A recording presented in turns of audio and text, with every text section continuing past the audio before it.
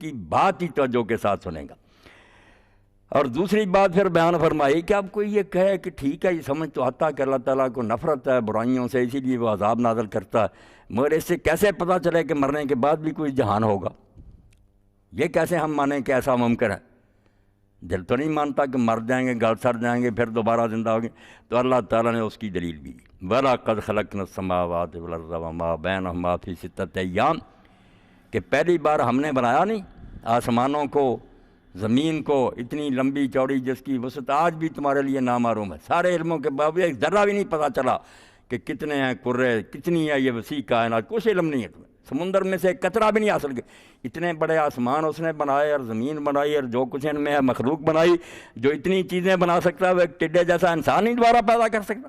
اور ساتھ ہی یہ فرمایا ما مسنا من لغوب، بڑی عظیم بات اللہ نے کہی کہ میں کوئی تھک گیا یہ بنانے کے بعد، میں کوئی عاجز آ گیا، کوئی بے بس ہو گیا کہ اب دوبارہ نہیں، اسی طرح میں چاک سے باندھوں، میری قدرت اسی طرح، میں تیار کھڑا ہوں، جب کہوں گا ہو جا دنیا ہو جائے گی۔ جیسے پہلی مرتبہ کوئی مجھے مشقت لائق نہیں ہوئی، پھر بھی کوئی تھکاوٹ نہیں ہوگی، نہ میں بس کر بیٹھا ہوں، بناؤں گا۔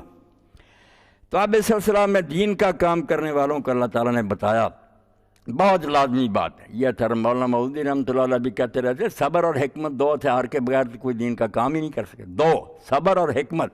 حکمت یہ ہونی چاہیے کہ جو حالات ہیں اب کون سا راستہ نکالیں۔ وہ کہتے ہیں جن کو یہ نہیں پتہ ہوتا وہ ٹکر لیتے رہتے ہیں پہاڑوں سے۔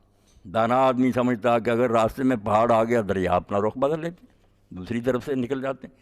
ایسے ہی حکیم آدمی جو دیکھتا ہے کہ بس دوسرے سے کہتے ہیں یار ایک ہی طریقہ تھا، وہ تو اب رہا نہیں، حالات خراب ہو گئے، ظالم آ گیا، وہ ظالم آ گیا، حکمت مدد کرے گی۔ اللہ تعالیٰ نے جو دانائی بخشی ہے، یہی عیسیٰ علیہ السلام نے اپنے حواریوں سے کہا تم فکر بھی نہ کرنا کہ جب تبلیغی کے لیے تم جاؤ گے تو تم کیسے بات کرو گے، نہیں، وہ خود روح القدس تمہارے اندر بولے گا، اللہ خود اپنی طرف سے توفیق دے گا، تمہاری زبان سے جو مناسب باتیں وہ خود ہی نکلیں گی، تم نام لے کر چلو تو صحیح اس کا، وہ آپ میرے ساتھ ہاتھ پکڑ کر چلے گا۔ تو دوسری بات صبر، کہ اس راستے کو اگر کوئی سمجھتا ہے نا کہ ٹھنڈی سڑک ہے، دو رویا درخت ہیں، کار ہے، اس میں بیٹھ گیا بس سیدھا نکل جاؤں گا جنت کو، غلط بات، یہ کانٹوں سے بھری ہوئی راہ ہے۔ ایسا اگر آسان راستہ ہوتا تو اللہ کو جو سب سے پیارے تھے، جن کے قدموں کی خاک ہمارے سر کا تاج، انبیاء علیہ السلام، کیوں مشقتیں آئیں، قتل کیے گئے، وطنوں سے نکالے گئے، لوگوں نے بہت تکلیفیں انہیں پہنچائیں۔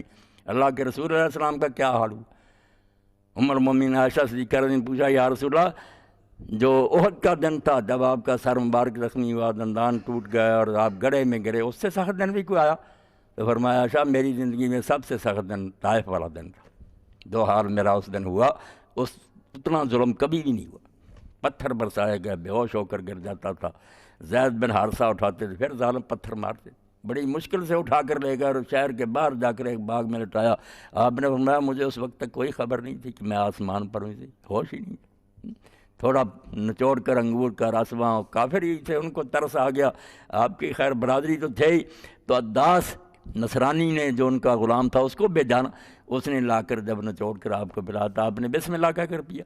جب ہوش آیا تو عداس نے کہا کہ اس علاقے میں بسم اللہ کا، وہ کئی دیر سے ان کافروں کے پاس عتبہ شہبہ کے رہ رہا تھا، اس نے کہا بسم اللہ یہاں کہہ، تو حضور نے فرمایا تم کس علاقہ کی؟ اس نے کہا میں نینوا کا، عراق کا۔ تو آپ نے فرمایا ہاں وہ میرے بھائی یونس کا شہر تھا۔ اب اس نے پوچھا یونس کو آپ کیسے جانتے ہیں؟ اہل کتاب صرف اس کو جانتے ہیں، اور آپ کا بھائی کیسے تھا؟ آپ نے فرمایا وہ بھی اللہ کا نبی تھا، مجھے بھی اللہ نے نبی مقرر کیا، اسی لیے میرے ساتھ یہ ہو رہا۔ اس نے ہاتھ چوم لی۔ جب وہ واپس گیا تو انہوں ظالموں نے کہا ہم نے تو یار ترس کھا کر یہ کیا تھا، تو ہاتھ چومتا پھرتا تھا۔ وہ کہنے لگا بھائی تم ایمان لاؤ نہ لاؤ، جو باتیں اس نے کہیں سوائے اللہ کے سچے نبی کے کوئی نہیں کہہ سکتا۔ تو مسجد عداس وہاں بنی ہوئی طائف کے راستے۔ تو اللہ کہتا ہے کہ اگر دین کا کام کرنا تو پھر بھائی یہ ہتھیار تو ساتھ لے کر نکلا، فاصبر علی ما یقولون۔ لوگ بہت بکواس کریں، کوئی پاگل کہے گا، کوئی دیوانہ کوئی کہے گا یہ خود غرض ہے، ان کا کوئی مطلب ہے، یہ لالچی لوگ ہیں، اقتدار کے بھوکے ہیں، یہ اسلام آباد چاہتے ہیں، 100 طرح کی باتیں ہوں گی۔